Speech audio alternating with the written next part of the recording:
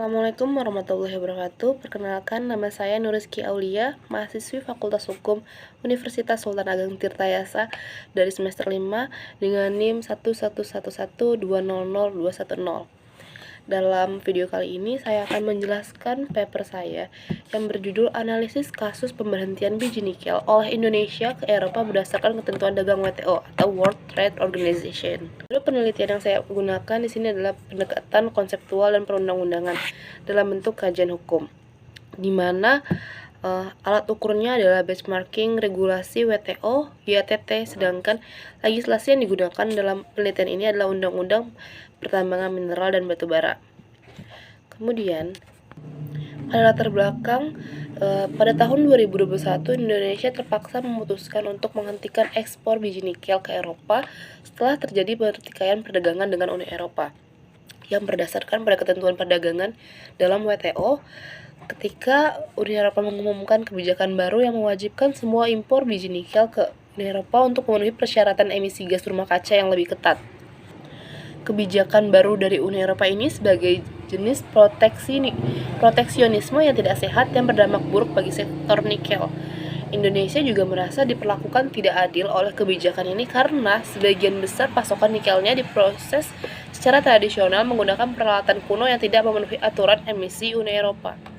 Dan Indonesia menggunakan proses sengketa perdagangan untuk mengajukan pengaduan ke WTO dalam upaya mempertahankan hak-haknya. Namun, setelah negosiasi yang ekstensif, Indonesia akhirnya memilih untuk menghentikan sementara ekspor biji nikel ke Uni Eropa.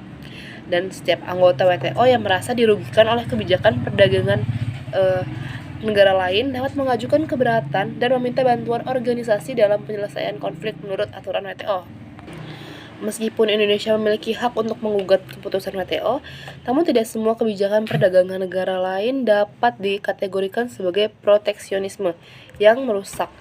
Dalam hal ini, Uni Eropa sendiri bersikukuh bahwa kebijakan barunya merupakan upaya untuk mengurangi kerusakan lingkungan yang disebabkan oleh proses produksi nikel yang didukung oleh batas emisi yang lebih ketat yang diterapkan.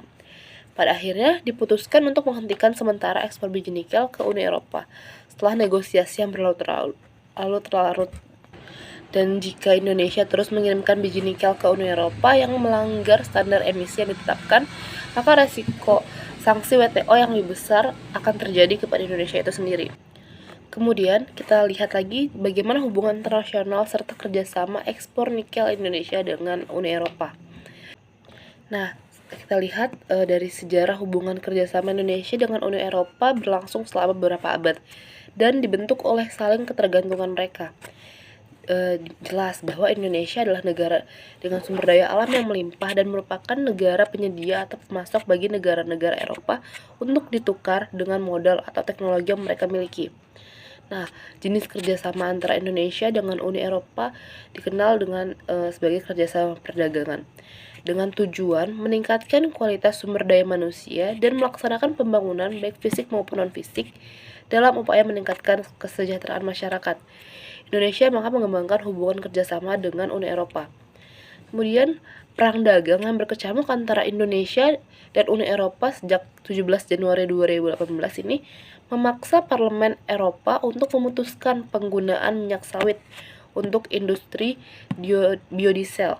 Nah, dari sini bermula awal dari berkecamuknya perdagangan antara Indonesia dengan Uni Eropa. Di sini juga terlihat bahwa perkembangan hubungan antara Indonesia dan Uni Eropa tidak saling terjalin dengan baik gitu.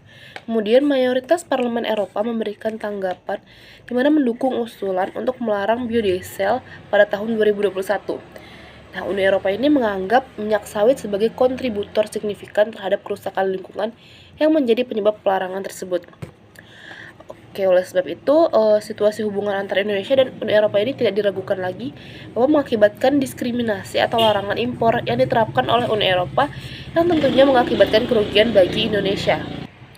Nah, akibat dari diskriminasi larangan impor yang diterapkan oleh Uni Eropa ini, akhirnya pemerintah Indonesia mengambil tindakan melalui Kementerian Energi dan Sumber Daya Mineral atau ESDM mengakibatkan ekspor biji nikel dilarang per 1 Januari 2020.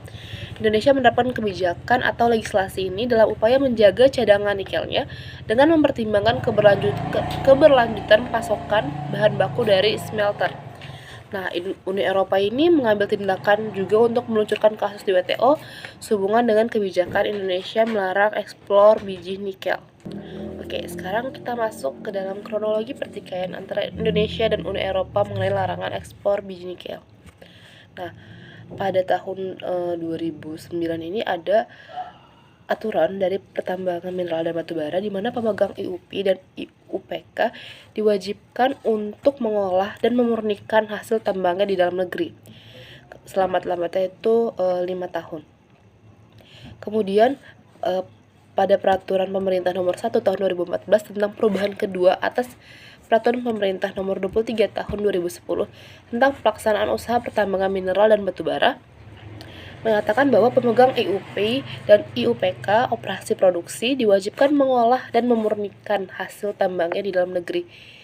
Nah, kemudian pada tahun 2017 PP nomor 1 tahun 2017 tentang pelaksanaan kegiatan usaha pertambangan mineral dan batubara ini mewajibkan pemegang izin IUP dan IUPK untuk mengandalkan keberadaan smelter yang banyak pemegang izin itu tidak memilikinya.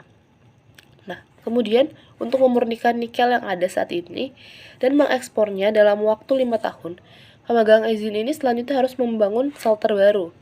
Nah, mengingat hal ini, larangan ekspor mineral mentah harusnya tidak berlaku sampai tahun 2022. Oke, selanjutnya Kementerian SDM kemudian mengeluarkan peraturan nomor 11 tahun 2019 di mana memastikan bahwa pembatasan ekspor mineral mentah akan mulai berlaku pada 1 Januari 2020. Dari peningkatan ekspor biji nikel yang sangat besar dari tahun ke tahun, itu telah menguras cadangan nikel Indonesia. Itulah sebabnya larangan ekspor nikel mentah dipercepat. Kemudian menurut informasi dari Kementerian SDM, terdapat 698 juta ton cadangan terbukti untuk komoditas nikel dalam negeri. Hanya sekitar 76 tahun biji nikel yang dapat disediakan jumlah ini untuk smelter.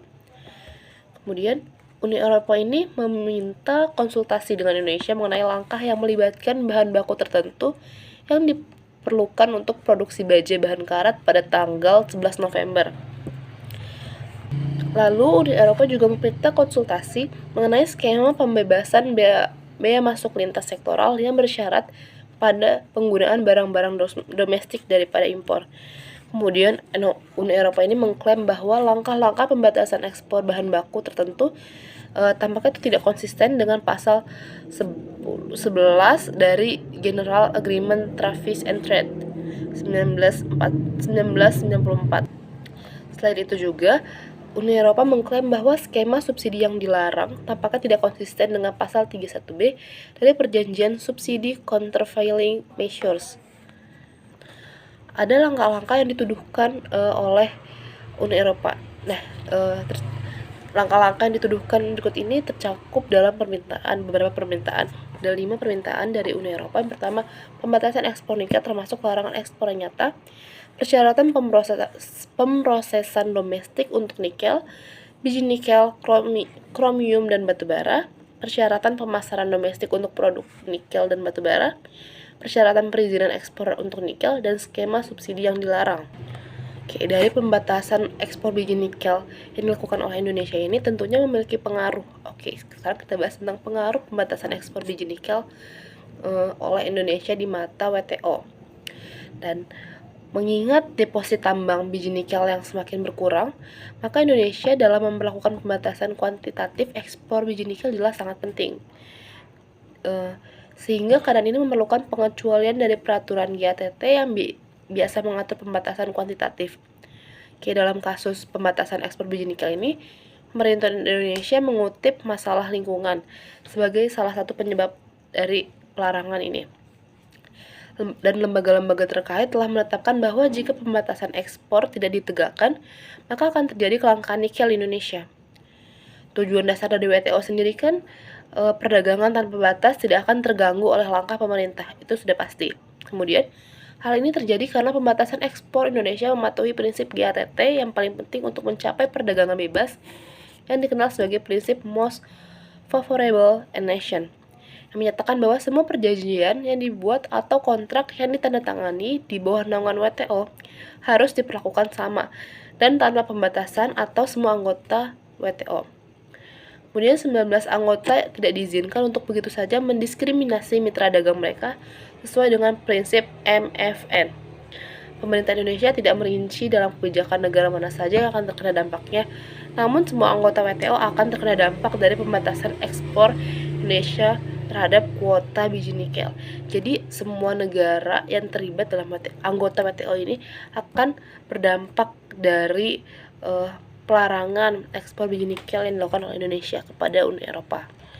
Oke, jadi dapat disimpulkan bahwa undang-undang tentang ekspor nikel dibuat dengan mempertimbangkan ekonomi Indonesia, di mana tindakan hukum yang diajukan oleh Uni Eropa didasarkan pada GATT pada tahun 1994 yang banyak menyimpang dari prinsip kuantitatif, mana peraturan yang berkaitan dengan larangan ekspor nikel telah menjadi subjek pengaduan dari Uni Eropa terhadap Indonesia kepada Komite Sengketa WTO. Berdasarkan dari hasil pembahasan, dapat disimpulkan bahwa isu perdagangan dan gugatan yang diajukan oleh Uni Eropa terhadap Indonesia di WTO merupakan tanda semakin eratnya hubungan bilateral antara Indonesia dan Uni Eropa. Akibatnya, pemerintah Indonesia melalui Kementerian SDM telah melakukan tindakan balasan terhadap larangan ekspor biji nikel yang akan berlaku pada 1 Januari 2020. Dan keputusan atau aturan ini dibuat oleh Indonesia. Namun demikian, Indonesia harus berpegang pada prinsip perdagangan bebas karena merupakan anggota WTO. Sehingga undang-undang yang melarang ekspor biji nikel tidak dapat dilakukan terus-menerus sampai di kemudian hari. Adanya konsep kuantitatif constraints tidak mendukung tindakan yang diambil oleh pemerintah Indonesia. Dimana meskipun gagasan kedaulatan atau sumber daya alam ada, Indonesia sebagai negara anggota WTO juga perlu menyadari bahwa sistem perdagangan multilateral merupakan upaya pemerintah untuk menciptakan iklim bisnis yang dapat diprediksi dan stabil. Nah, kemudian saran yang dapat saya berikan ialah diharapkan bahwa pemerintah akan menjunjung tinggi komitmennya untuk memberlakukan pembatasan kuantitatif ekspor biji nikel sesuai dengan prinsip-prinsip dan persyaratan hukum internasional yang telah disepakati bersama, di mana Indonesia juga dapat mempertimbangkan untuk mengembangkan industri nikelnya dengan cara yang lebih ramah lingkungan. Untuk mewujudkan hal tersebut, Indonesia dapat memanfaatkan teknologi baru yang lebih ramah lingkungan dalam proses produksi nikel seperti teknologi hidrometeorologi atau elektrolisis. Kemudian, selain itu Indonesia juga dapat memanfaatkan sumber energi terbarukan sebagai sumber utama energi dalam proses produksi nikel. Indonesia juga dapat meningkatkan kompetitivitas industri nikelnya di pasar internasional sekaligus mengurangi dampak lingkungan yang ditimbulkan oleh proses produksi nikel itu sendiri. Mungkin hanya itu yang dapat saya sampaikan. Kurang lebihnya mohon maaf. Wassalamualaikum warahmatullahi wabarakatuh.